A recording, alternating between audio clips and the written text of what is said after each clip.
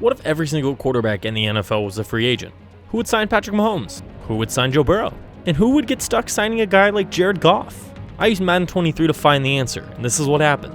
After I made a few mistakes and realized salary cap was going to have to be off in order for a lot of teams to sign these free agents, just because when you do drop a lot of these quarterbacks from the rosters, they're over the salary cap. So here it is, all the quarterbacks. I didn't actually go to quarterback tab because I'm dumb, but all the quarterbacks in the NFL are free agents. So we're going to simulate to the start of the regular season and see what team has what quarterback. I am the Bears, and we have yet to sign anybody, but the Cincinnati Bengals get Tom Brady and Malik Willis. That's something I really didn't expect to see. And the Bills right here with Justin Herbert. Kirk Cousins going to the Broncos. I mean, a lot of these are a little shocking to me. The Browns stuck with Deshaun Watson, which was a little weird. Since Tom Brady has now left the Bucs, they don't have anybody. Couldn't release Kyler Murray just because he is injured. So far, the Chargers are rocking with Chase Daniels because they don't have anybody else. And Joe Burrow to the Kansas City Chiefs. That makes me want to vomit. Nick Foles so far starting for the Colts. I mean, Carson Wentz still with the Commanders. Nobody on the Cowboys yet. And here's when I realized we might have to simulate later on into the season to see where people have. Tua with the Giants. The Jags rocking with my boy Andy. And the Lions get Patty Mahomes. Lions starting off as the early winners. The Packers upgrade to Lamar. That's pretty cool combo right there. Russell sticking in the AFC West, going to the Raiders, and Aaron Rodgers to Seattle. Feels like a good personality mix, honestly. And the Houston Texans having a huge upgrade, getting Josh Allen. You love to see it. At this point, I realized since I am the Bears, they're not going to have signed anybody because I have to do that. And so far, these are all the guys that we have as free agents. And, you know, Bears fans, I decided to sign Jalen Hurts. He's going to be our quarterback and hopefully lead us to the promised land in this simulation just to see what we can do. At this point, I did realize we were going to have to simulate to the midseason just to see who had been signed because there were a lot of guys still left to be signed. And the record so far, the only shocking thing to me is the Lions haven't lost a game. The Cardinals haven't won a game. And the Browns are really solid. Besides that, it seems like everybody's kind of middling around the same record. So that was kind of cool to see. At this point, the only starters left as a free agent are Ryan, Darnold, Heineke, and Ritter. Not really shocking. The Broncos signed Goff as a backup, which was kind of weird. The Bucs got after Dak Prescott, which was really cool to see. I kind of like that switch up there. Geno Smith to the Chargers. That's a really cool uniform combo. I kind of like that. Jets fans rejoice. You got Trevor Lawrence after you probably should have had him to start.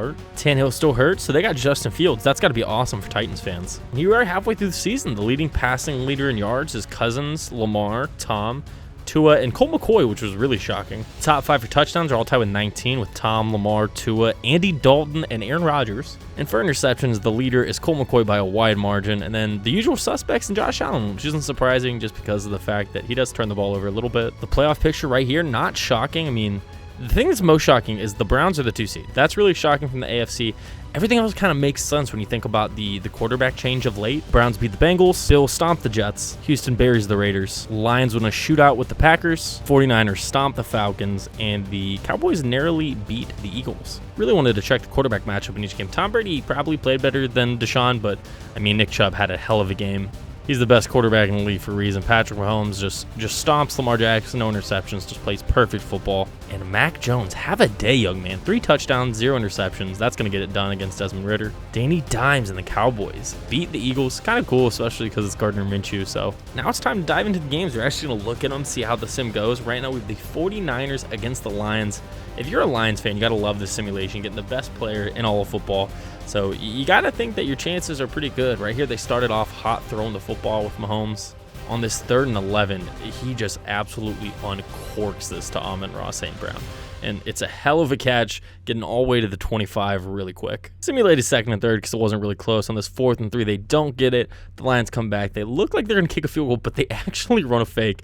And they throw it to who else but Penei Sewell. Have a day, young man. And they said Jamar Chase was better. On this 2nd and 2, is trying to make the game look a lot better. Mac Jones throws it out, and it is picked. And it looks like it's going to be a pick 6, but he is caught from behind, taking it to about the 10-yard line. Honestly, if you put these quarterbacks on these teams last year, this is probably how you thought it would go. A little late touchdown right there from the Lions, and they absolutely demolished the 49ers. Patrick Mahomes on that Lions team last year would have been interesting. Now, we probably have the coolest matchup in the second round. We've got Justin Herbert and the Bills against Joe Burrow and the Chiefs. It should be good. Another classic. I mean, if you put these 2 quarterbacks on these 2 teams, you'd probably have another game kind of like last year in the playoffs. That was so good. And once you get Herbert out of that Chargers offense, man, he's slinging it. Got Gabe Davis right there all the way to about the 28. They put together a really nice drive, have a nice little handoff to Devin Singletary for a quick and easy 6 points. But I mean, they called it Burrowhead for a reason. Joe Burrow right here. How can he do against this Bills defense? He already did well once, and he looks like he had a really solid year there in Kansas City. On this second and 9, he finds who else but Travis Kelce, and this would be an insane matchup in real life. I would love to see that, but only if Travis Kelce was on the Bengals. Burrow has a nice little dump off to Juju Smith right there, taking it to the 5. And right here, Burrow's got some time, steps back in the pocket, readjusts, and finds Juju Smith for a touchdown, making it 7-7 at the end of the first quarter. Really tightly contested game. Some more back and forth through the second and third, and we're starting the fourth off with a run play by the Chiefs. Joe Burrow again trying to find Travis Kelce, and it works to perfection. It seems like in this offense, it's really been Travis Kelce has taken over that Jamar Chase role for Joe Burrow. It's the guy he's kind of force-feeding on a lot of these drives. At this point, I think the game plan for the Chiefs is just try to get in the field goal range and run the clock out. So right here, they have a nice handoff to Jerick McKinnon, taking it all the way to the 19. At this point, the game plan has to be just run the ball and kick a field goal, but they throw an interception right there. Tre'Davious White. Just a super weird play call right there, but they actually force a punt. So they're going to have the ball back in some time to do something. So let's see if Joe Burrow and the Chiefs have some magic in them. I mean, last time, Patrick Mahomes only needed 13 seconds. They've got 35. They started off hot with a nice pass to Kelce. Pretty much have to go in hurry up at this point. So they run the hurry up, they throw it in. Tre'Davious White with another pick, but this time he takes it all the way to the house. That's a pick 6. That'll seal the game. The Bills come out on top. That was kind of surprising. I thought it was going to be, it was tight until the end of the game. Pads the stats a little bit. 29-20, the Bills advance. Now we've got the Dallas Cowboys against the Tampa Bay Buccaneers. I'm kind of excited to see how Danny Dimes plays. This is a ton of weapons. Does not have that in New York. And my God, Vita Vea absolutely kills him. That looked really painful. Prayers up for you, Danny. Dak Prescott had some great numbers in Tampa, so I'm really excited to see how he does in this playoff run. Leonard Fournette right here breaks off a huge one, getting them into Cowboys territory. It's so weird having to say, like, Dak Prescott's driving into Cowboys territory. It's just so weird. It feels crazy. Danny Dimes in the 2nd and 12 dropping back, throws a wild ball, and it is caught. Michael Gallup goes up and gets him one. Zeke showing why he might be able to stick around if Danny Dimes is the quarterback. We're on the 4th quarter now, and Dallas is down by 2 possessions, so they really need to start picking it up. They throw the ball to Michael Gallup, and it is interception. Jamel Dean with a hell of a play, swats it up, gets the pick. Probably the play of the game right there. On a 3rd and 2, they got to pick it up. They do. Dak finds Chris Godwin, and that'll pretty much seal the game. They win 21-9 against the Dallas Cowboys. I was kind of surprised. I thought the Cowboys might have a good run in them just with Danny Dimes because their roster's so good, but they fall at the hands of Dak. Now we hop over to Josh Allen in the Texans, pretty much just versus the Browns this year, which is crazy just because they did end up signing Deshaun Watson, but not too surprising when you think about it. Josh Allen had one hell of a year with the Texans, all things considered, since he's kind of brought them to the playoffs by themselves. Starts off the game with a hot dot. And unshockingly, Josh Allen on the 2nd play back-to-back, we're throwing the ball, and he throws an interception. I mean, this guy is boomer bust, and, you know, it is what it is. You got to live with those great plays with Josh Allen. We have Deshaun Watson on the field. Everybody just, I don't know. I was going to make some jokes, but we're just going to keep it civil, and he throws an interception right there. And look at Nick Chubb. The man is a freak. Tracks him down on the 16. It is time for Josh Allen to try to turn it on, though. Let's see what our guy can do. Has a nice little handoff, but it is stuffed. And they keep with it on a 4th and goal. They hand it off one more time. Looks like it's about to be stuffed, but he's hit in the back and takes it in for a touchdown. 7-0, Houston Texans. After simulating 2nd and 3rd, it is 21-13, but the Texans are driving. Josh Allen feeds one in, but it gets stopped at the 1-yard line. Again, we're in these short positions. This is where I kind of thought that Josh Allen would be used a lot, but they just hand it off to their back. Get a goal line 1-inch touchdown, so gotta love it for the boys. We see Royce Freeman getting one in. The Browns are down 15, and they're still running the ball, which is really surprising me. Deshaun Watson right here, forced to roll out, trying to make something happen, and he gets absolutely blasted in the backfield. I'm really shocked he held onto the ball.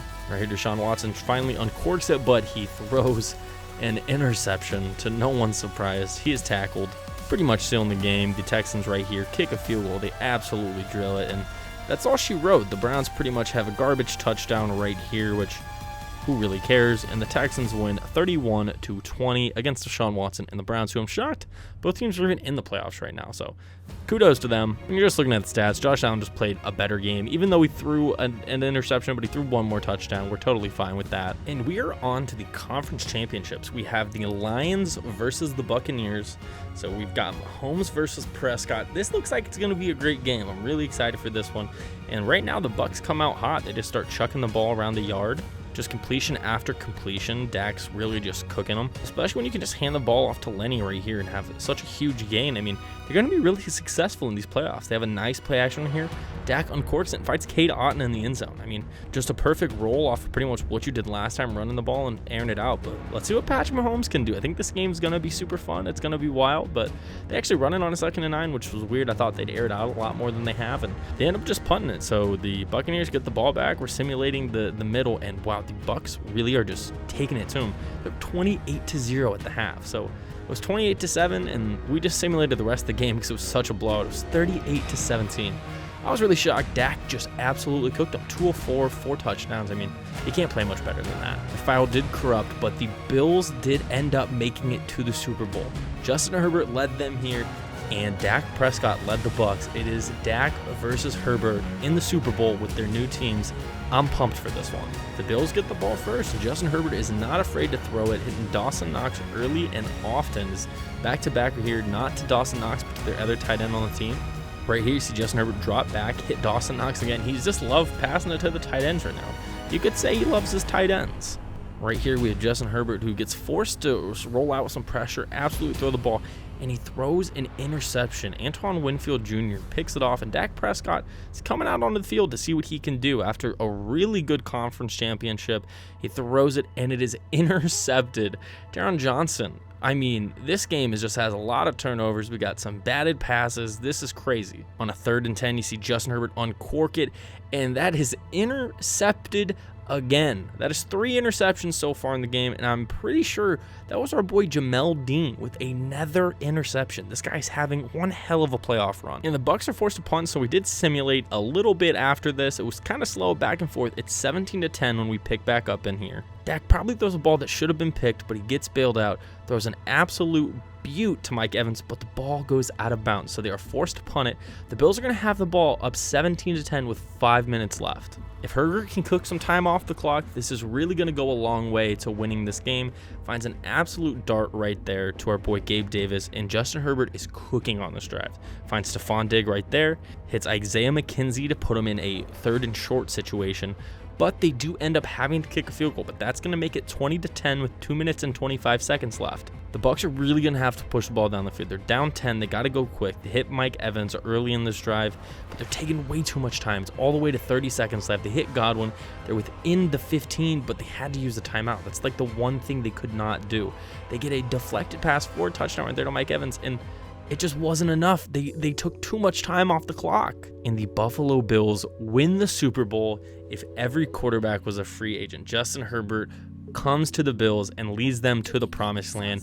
Dak and Herbert probably played 2 of the best this season, and that was kind of shocking to me. But there you have it. That's what would happen if every quarterback in the NFL was a free agent. Let me know what you guys want to see next, and until next time, peace out and stay safe.